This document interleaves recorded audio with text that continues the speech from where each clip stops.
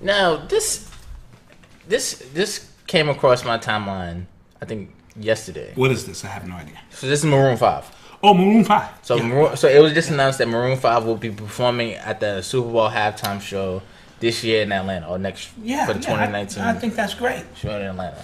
Yeah. People have been having a problem. Oh, this is why the NFL is trash. When I think of Atlanta, Maroon 5 is not who I think of. They should have got one of the Atlanta acts. Listen. Go ahead. I don't want you niggas fucking up the money. So, no, we're going to have something very safe. Maroon 5 is safe. First of all, Maroon 5 is lit. I like Maroon 5. Maroon 5 is good. But I do understand what the people are saying. Listen. Go ahead. But let's be real about this. That's what I'm saying. The NFL is a business and it is a corporation that services who?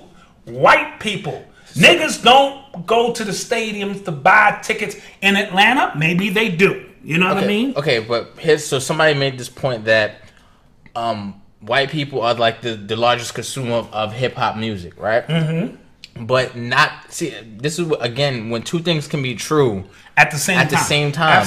Absolutely. So white people buy hip hop music, but not those white people that watch those football games. Two different audiences. Two different bases. Two different bases. And then let's keep it 100, right? Can you see the Migos performing at halftime at a Super Bowl, headlining a Super Bowl halftime show? No. I'm just gonna be honest. Just be real. And yeah. That shit is played. You know, it's not up to date. Now, if it was in New York, could I see Jay-Z doing it? Absolutely. But here's the thing: the Super Bowl, that was Super Bowl 48. That Super Bowl, it was in New York City. They had Bruno Mars and the Red Hot Chili Peppers. Nobody from New York performed. So what's this thing? This is the home of hip hop, right? So what's this thing about? Because we're in that city, that we need those city acts. That never happens. No, and you associating that with the Colin Kaepernick shit. There's really no association. So let's not associate that and put it all, because then if you do that, you're taking the coward route out. You just bunching everything. We reaching. And I'm one who Malcolm always says, Dad, you gonna pull your shoulder out, nigga. You reaching. But not even I would reach and say that. The NFL is a $15 billion industry. The NBA is only $5 billion. I did not know that. I didn't know that either. I was doing the math and saying, goddamn, it's 82 NBA games. This is how big the NFL is. Wow. So when you start talking about consumers, white America, who they use these events to come, and these are family events that they come to, and they may not necessarily want to see that.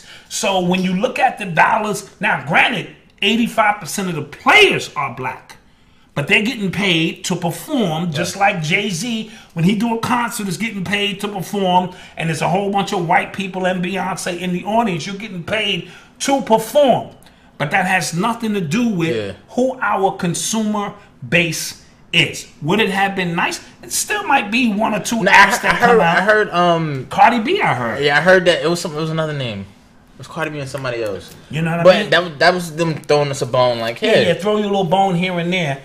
And then they're trying to clean up this halftime act based on some things that happened in the past, even though that was a long time ago, and we know that was a ritual with Justin Bieber, Timberlake. But remember, they had Beyonce, and she did the acts for the Beyonce. So it's not like killed that exactly. So it's not like she killed it in Oakland. She killed it with the afros, the in formation. She got off. Right. So it's not like you know, the NFL. I'm not even trying to defend the NFL, but it's not like. But let's just use common sense. Right, that's what I'm saying. So don't get out there in the chat room. Don't ride that wave. Because remember, I told you they can throw some stuff on the timeline and you start following shit that you normally wouldn't follow. Now your blood pressure's up because there ain't no black people performing at the Super Bowl. It's a waste of energy. Don't do it. Don't do it. Maroon 5 is dope too. Yeah, Maroon 5 got some. They got a few hits. They got some heat. They got a little heat. Malcolm and Eli be putting me on to that shit. Yeah, absolutely. What else we got? Y'all all right in the chat? Facts. How y'all doing, man? Don't forget we got that super chat in there. I know a lot of y'all forgot. That's why y'all didn't hit the catch buttons. But yeah. So Jemele Hill. It was just announced that Jemele Hill is going to narrate LeBron James Showtime documentary "Shut Up and Dribble." She's doing all right for herself since she left ESPN. Absolutely.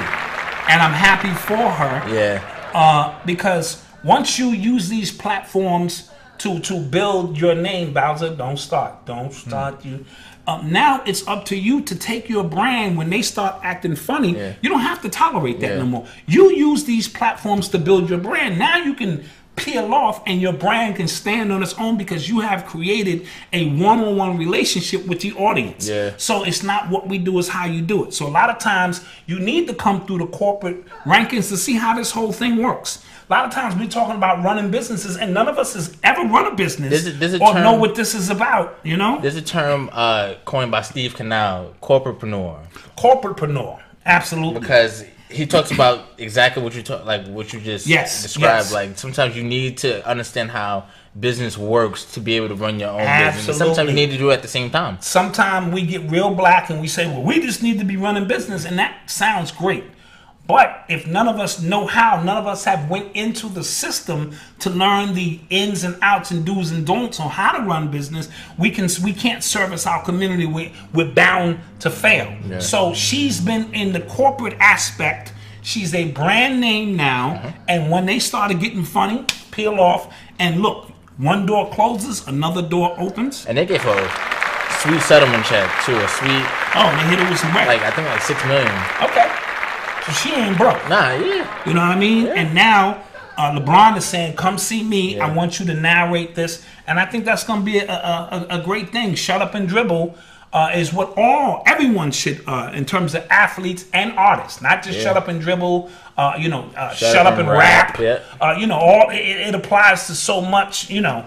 So I'm looking forward to what that documentary will present. It was also announced that Space Jam 2. Space Jam 2, yeah. It's time for that. Yeah. See, at first I didn't want it to happen. Did I take you to see that? You did. What did? 5 or 6 Probably years younger old? than that. Got your little Twizzlers and but younger than that. Happy package. We went to the movie theater on 161st. Wow. Yeah. That long ago? That's still there too. That movie theater's still there? Still there. I wouldn't go there. I wouldn't go there either. Don't do it. Yeah. Don't do it. Across from the courthouse, yeah. Don't do it. What else? It was something else. With the Space Jam? Yeah, it was something with the Space Jam. Oh, right. They got Ryan Coogler to produce it. Executive producer. Ryan Coogler. Who's that? Black Panther. Right. The guy from Black. Let's clap that up.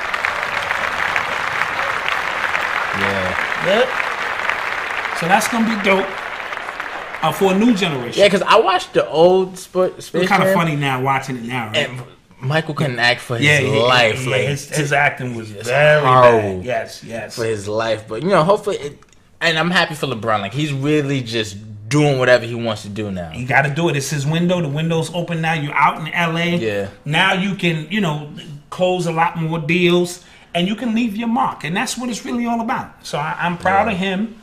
He's not perfect. None of us are. And, Yeah, I don't know when it's dropping, but it's supposed to be dropping. It's supposed to be dropping. Yeah. Peace. This is the Black Dot, author of the underground classic Hip Hop Decoded and Urban Culture Decoded.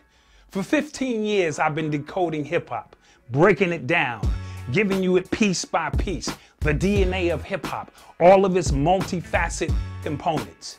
For the next 15 years, I want you to join me as I give you hip-hop recoded, and we put it back together, giving you its RNA so that we don't leave the next generation lost. But I have to give you a disclaimer. I am not a hip-hop guru. This is not hip-hop law. This is for pure entertainment purposes only. I am not a doctor. So before you take the red pill and go with us into the matrix of hip hop, consult your doctor to see if hip hop recoded is for you. With that being said, we thank you for your patronage and we see you on the other side. Peace.